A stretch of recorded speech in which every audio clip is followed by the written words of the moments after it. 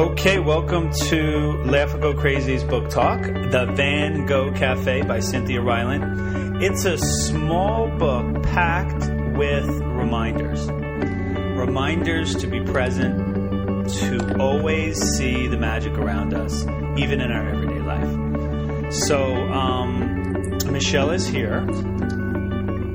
Michelle? Yes, I'm here. Okay. I thought you were just letting everyone know. Just want to make sure everyone knows you're there. So I'm going to start with my impressions with Van Gogh Cafe because it's quite an unusual choice. It's a children's book, and it's in total, 3 pages.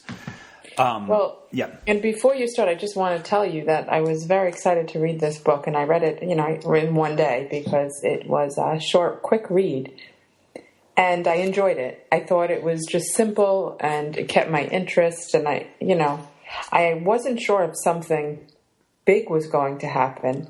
But it didn't, nothing really very big happened, but it was just a nice story with like little stories in it. But what I'm really looking forward to is listening to you because you really love this book. And I'm curious to hear what parts that really, captured you and what your thoughts were and your connections. Yeah, it's, perhaps I built it up a little bit too much for you. So you're expecting this big thing. But there isn't a big thing. There's a lot of small storyettes. And it starts in this cafe that was once a movie theater. Not a movie theater, but like a theater, live theater. And the walls have magic in them because of all the characters that have come before. And it's a place where magic happens. And, it's funny. I was talking to our common friend at work about the Van Gogh Cafe. And she loved it as much as I did. And she was saying that, she asked me, what is it that you like about the book? And I'll see if it's the same, with me. And I said, it's not just, first of all, it's for kids. So it's a great way to remind kids that magic is all around them and that anything can happen. Lightning can strike. Believe that the unbelievable can happen because it really can. And I feel as though as we get older, and, Michelle and I, Michelle, we've said this many times, as we get older, we're almost desensitized to the fact that,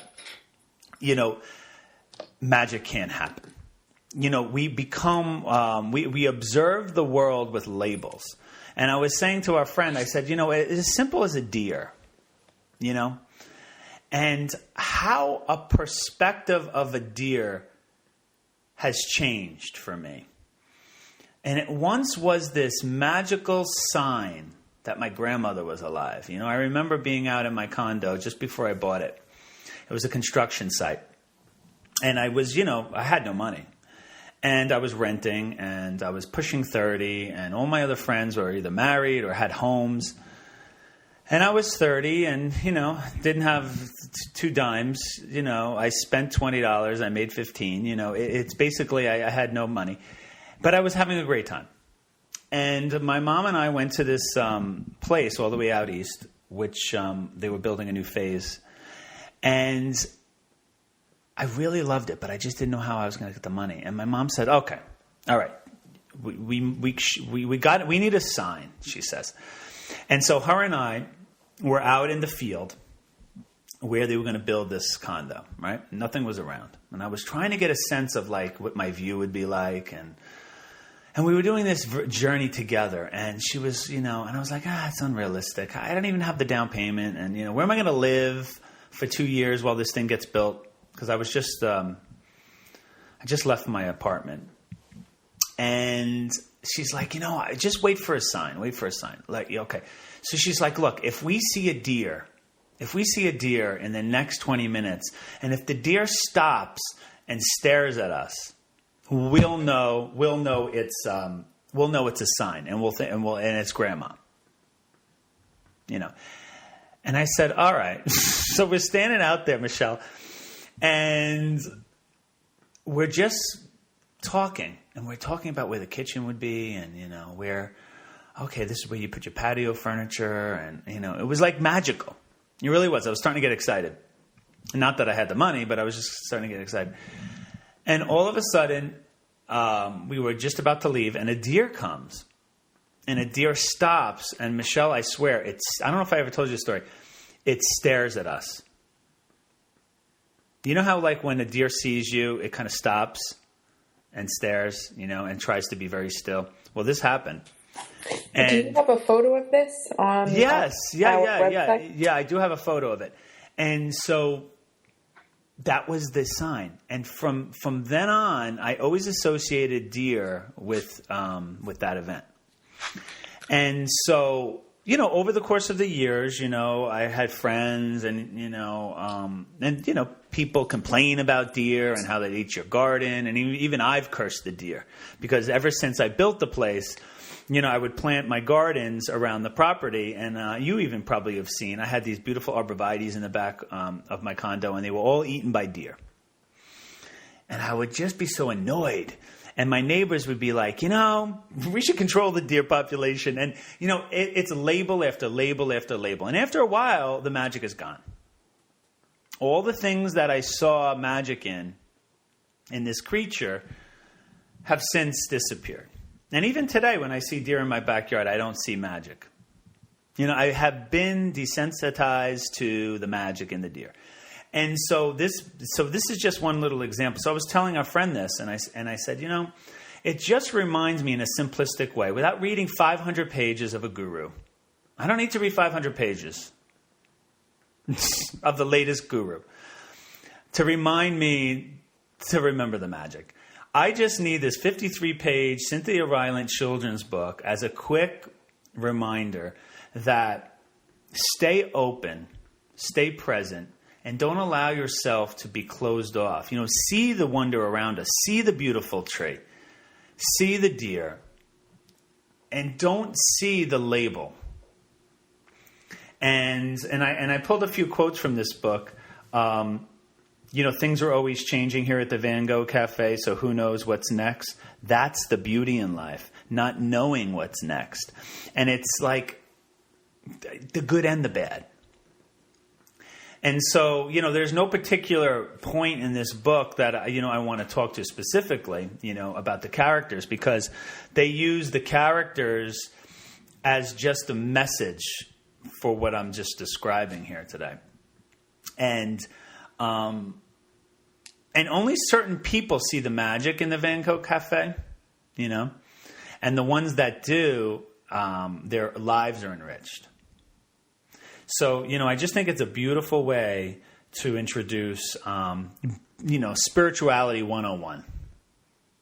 Do you know what I mean? When we took a college class, it was always, economics 101, And it's like get a little inspiration and remind ourselves that magic can happen. So that's really why I love the book. Oh, I love that. It was just very simple. It was a very simple book, and it was just such a nice book. I enjoyed it, but I wasn't sure if there was something very specific that I almost thought there was something I missed because, you love it so much, and it's just the little stories and the little bits of magic in the book, which I agree with. I feel the same way. I just.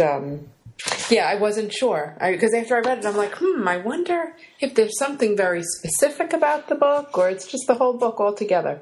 Yeah, it's just the whole book altogether. And, perhaps I built it up too much for you, like, oh, you're going to love it. Sometimes that happens, and maybe you thought more was going to happen. But, no, I really love it's just a real good grab off the shelf, read to your kids book. And I think, it's funny, I had a professor once in college that he started off, it was a literature class, and he started off every class reading a child's book. And this is not the education classes I took. This is, regular undergrad. And he started reading from all these picture books. And within the picture books, there was the story. It was like the launch to the lesson. And So this book is the launch for inspiration, spirituality, and magic, and not the, rabbit out of a hat magic. It's the everyday magic that's around us. I'm still trying to get over the seed that germinates. You know what I mean? Yeah. I'm still trying to understand that. What I like about this book? This is a book that you can pick up on a Saturday afternoon or a Sunday afternoon or summer day, whenever, and just read the whole book in one sitting and just, bring back the magic. Yeah. And it's, if you have kids or a nephew and niece, it's a great stocking stuffer, or buy it for them or read it to them even, grandma or grandfather. Because, my mom has special sleepovers, I'm sure your mom does too, with the kids. And, they always want to play games. They want to play board games. They want to watch a video. They want to do, everything but sit down and read a book. And this is sort of a book where, grandma can read in one sitting, Right. It probably would take 40 minutes to read the whole book to an hour. And I think that, what I also love about the chapters is it introduces the next chapter in the last paragraph. Right. So it's kind of it's a page turner for kids. And so the book was introduced to me as a student teacher when I was getting my degree. And it stuck with me because a teacher friend of mine used it for Writer's Workshop all the time. And I remember I said, even back then I was like, wow, this is like a powerful book even for adults. So it's definitely one to put on the bookshelf and to give as a gift. And I think that this is, and when you give a book as a gift, you should always write in the cover. That's my new thing.